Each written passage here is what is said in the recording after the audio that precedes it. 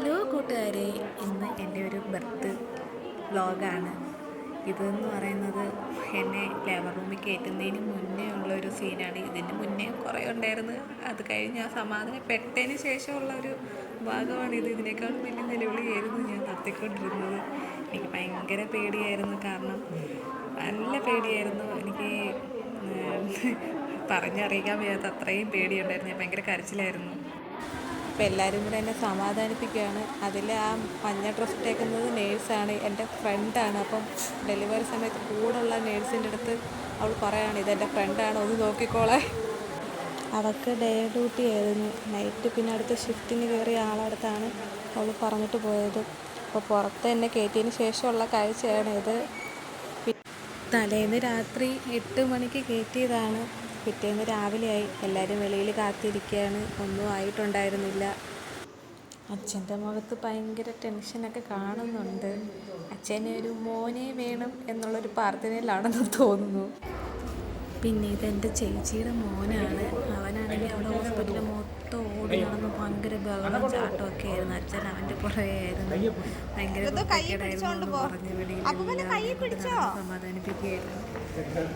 പിന്നെ പെയിനൊക്കെ സ്റ്റാർട്ടായതിന് ശേഷം ഇതിൻ്റെ ഇടയ്ക്ക് വെച്ച് അമ്മ ഒരു വട്ടം വന്നിട്ടുണ്ടായിരുന്നു. അതിനകത്ത് എന്നെ സമാധാനിപ്പിക്കാനായിട്ട് ഡോക്ടർ പറഞ്ഞിട്ട് ഒരു വട്ടം കയറ്റി വിട്ടു. അങ്ങനെ സിസേറിയൻ ആക്കേണ്ടി വന്നു. എനിക്ക് കുറച്ച് കോംപ്ലിക്കേറ്റഡ് ആയിരുന്നു.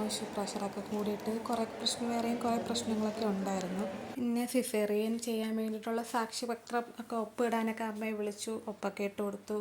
സിസേറിയനാക്കി. ഞങ്ങൾ അന്ന് 6 പേരായിരുന്നു ഉണ്ടായിരുന്നത്. അതിൽ ഞാനും വേറൊരു 2 പേർക്കും സിസേറിയനായിരുന്നു. ബാക്കി എല്ലാവർക്കും നോർമലായിരുന്നു. ഞങ്ങൾ 2 പേരും മാത്രം സിസേറിയനായി. പിന്നെ ബേബിയെ തരാൻ വേണ്ടി അമ്മ അകത്തോട്ട് വിളിച്ച്. അങ്ങനെ അമ്മയുടെ കയ്യിൽ കുഞ്ഞിനെ കിട്ടി. അമ്മ ഭയങ്കര സന്തോഷത്തിൽ കൊച്ചിനെയും കണ്ട് വരുവാണ്. ഭയങ്കര സന്തോഷമായിട്ട് വരുവാണ്. അച്ഛനാണെങ്കിൽ ഭയങ്കര പ്രൗഡ് മൊമെൻ്റാണ് അച്ഛൻ്റെ ഫേസ്. അച്ഛൻ ഭയങ്കരമായിട്ട് ആഗ്രഹിച്ചിരുന്നു. അച്ഛന് ഭയങ്കര ആഗ്രഹമായിരുന്നു ഒരു മോൻ വേണമെന്ന്. അച്ഛൻ കിടന്ന് എപ്പോഴും മോൻ എന്ന് ഉറച്ചിലായിരുന്നു. മോനെ തന്നെ കിട്ടിയതിൻ്റെ സന്തോഷം ആരുടെയൊക്കെ വിളിച്ചൊക്കെ പറയുന്നുണ്ട്. പിന്നെ ചേട്ടന് കൊച്ചിനെ എടുക്കാൻ ഭയങ്കര പേടിയായിരുന്നു. എടുക്കാൻ അങ്ങോട്ട് മടിയായിരുന്നു. എടുക്കാൻ പറഞ്ഞിട്ട് മടിച്ച് നിൽക്കുകയായിരുന്നു. ലാസ്റ്റ് എടുത്തിട്ട് ഉടനെ തന്നെ തിരിച്ചു കൊടുത്ത്. എന്നാലും ഭയങ്കര പേടിയായിരുന്നു. കുഞ്ഞായതുകൊണ്ട് ചേട്ടനെ എടുക്കാൻ ഭയങ്കര പേടിയായിരുന്നു. ഇപ്പോൾ കുഴപ്പമൊന്നുമില്ല കേട്ടോ, ഇപ്പോൾ എടുക്കുന്നുണ്ട്. പിന്നെ ഒരുത്തൻ വാവയെ കാണാമെന്ന് പറഞ്ഞാൽ വാവനെ പിടിക്കലും. അവന് ഭയങ്കര ഇഷ്ടമാണ് കൊച്ചിനെ. അതുകൊണ്ട് അവൻ ഭയങ്കരമായിട്ട് അവനെ തൊട്ടൊക്കെ നോക്കുകയാണ്. ഇത് എൻ്റെ ചേച്ചിയുടെ മോൻ. അവൾക്കും മോനാണ്.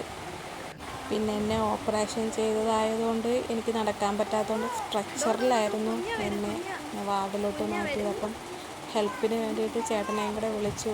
ചേട്ടനെയും കൂടെ വന്നാണ് എന്നെ എടുത്ത് സ്ട്രെച്ചറിലോട്ടാക്കിയിട്ട്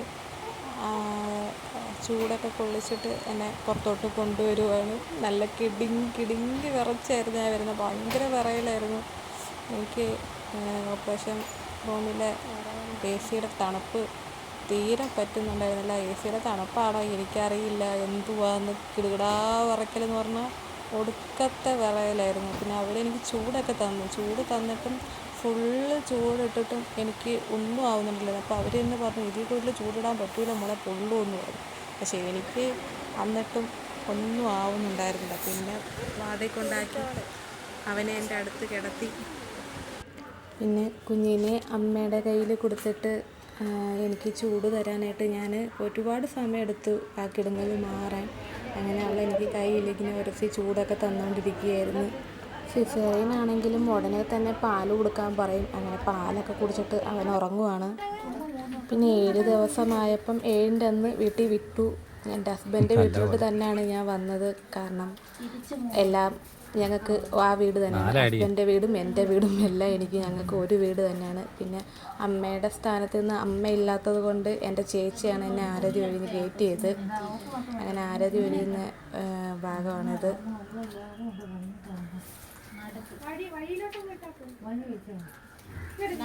നടുക്കത്തെ വഴിയിലൊഴിക്കണം.